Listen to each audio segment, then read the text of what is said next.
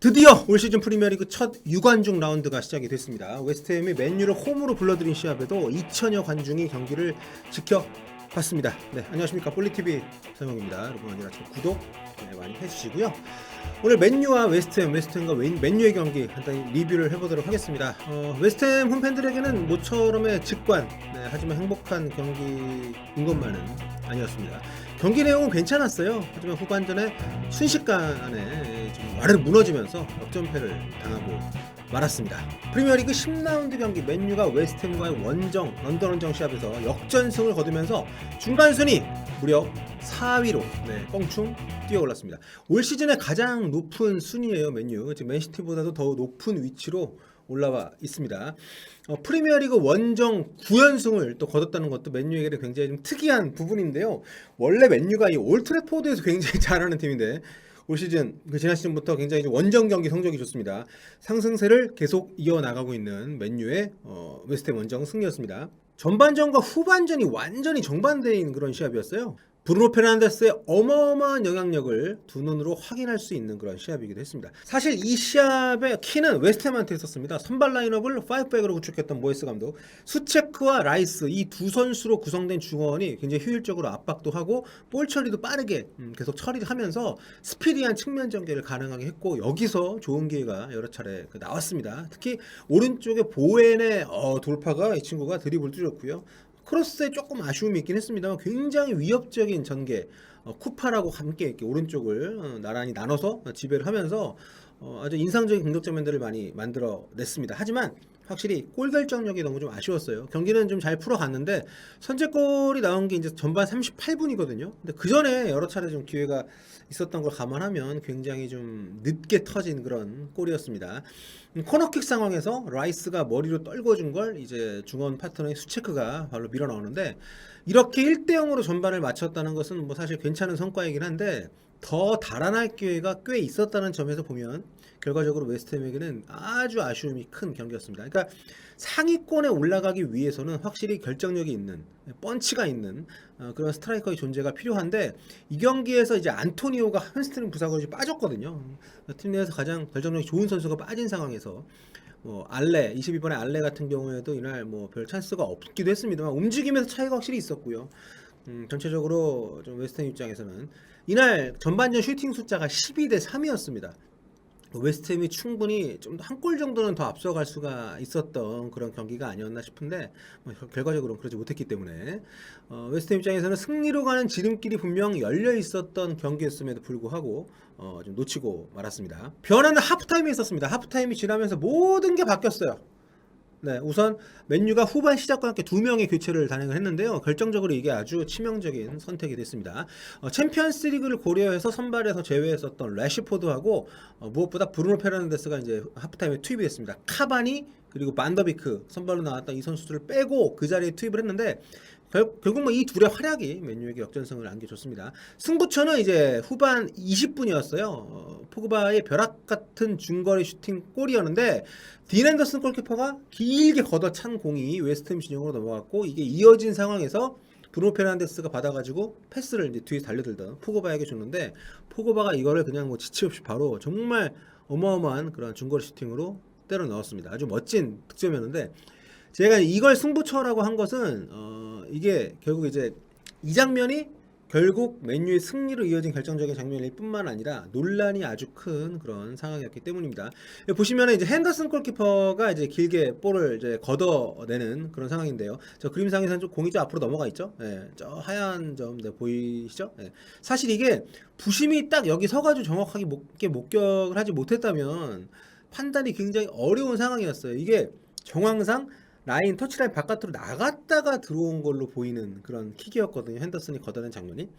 이게 참 정영상 보면 이게 분명 영상 보시면 아시겠습니다. 약간 휘어져서 이렇게 나갔다가 들어왔기 때문에 이게 공의 궤적이나 떨어진 위치를 보면 분명히 이게 공중으로라도 선 바깥으로 나갔다고 하면 축구에서는 이게 아웃이니까, 농구는 떨어지지 않으면 이게 아웃이 아닌 걸로 제가 알고 있는데, 그렇기 때문에 이거를 부심이 저 라인 위에 서가지고 이걸 지금 위에 서 있긴 합니다만 저 나갔던 상황을 명확하게 부심이 목격을 하지 못했다면 판단이 굉장히 어려운 상황이고, 이게 VAR도 저 라인에 맞춰가지고 카메라 설치하지 않았기 때문에 이걸 명확하게 볼 수가 없거든요. 그러니까 이게 주심 입장에서는 나갔다는 증거를 확인할 수가 없는 상황이다 보니까 이거를 그냥 인플레이를 시켰고 결과적으로도 그냥 나가지 않은 걸로 판단한 겁니다. 그래서 여기서 이어진 장면에서 나온 포그바의 아주 멋진 골이 득점으로 인정이 되면서 1대1 동점이 된 거예요.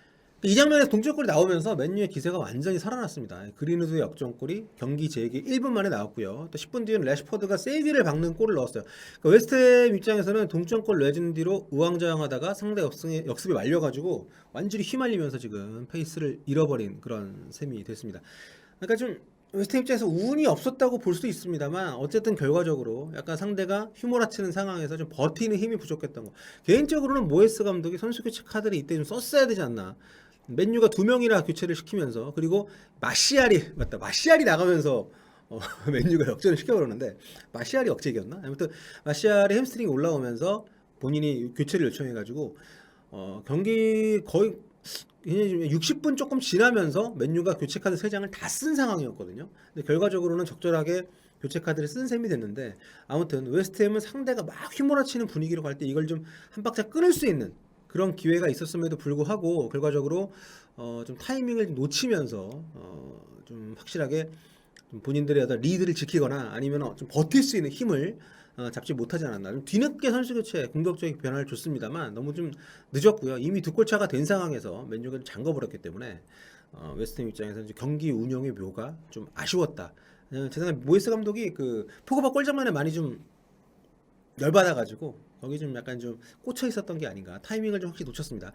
자, 그리고 이날 골은 없었고 어시스트도 뭐 기록상으로 한 개밖에 없긴 했습니다만 공식 홈페이지가 선정한 MOM에도 선정이 됐던 브루노 페르난데스 얘기를 안 할 수가 없습니다. 정말 어마어마한 지배력을 확인한 시합이었어요. 자, 후반전만 뛰었습니다. 후반전만 뛰고도 볼터치 44번 뭐 많이 했고 무엇보다 찬스스 크리에이티드 만들어낸 찬스가 8차례 볼 탈취도 많이 했고요. 그러니까 어시스트는 하나밖에 없습니다만 실질적으로 맨유가 경기력을 가져오는데 굉장히 중요한 역할을 했습니다. 그리고 무엇보다 수비에서 공격으로 전환할 때 전반전에 계속 끊겼거든요. 계속 잘리고 높은 위치에서 잘리다 보니까 웨스트햄이 역습에 굉장히 취약한 모습을 노출하면서 아주 위험한 상황들이 연발됐던 맨유의 어떤 경기력이었는데 부패가 들어오면서 그런 부분이 없어졌습니다. 수비에서 공격으로 전환할 때도 완벽하게 연결이 잘 됐고 특히 돌아 들어가는 선수들에게 아주 기막힌 패스를 넣어주면서 맨유가 주도권을 잡고 경기를 끌고 갈 수 있게 결정적인 역할을 했다는 거. 이게 이제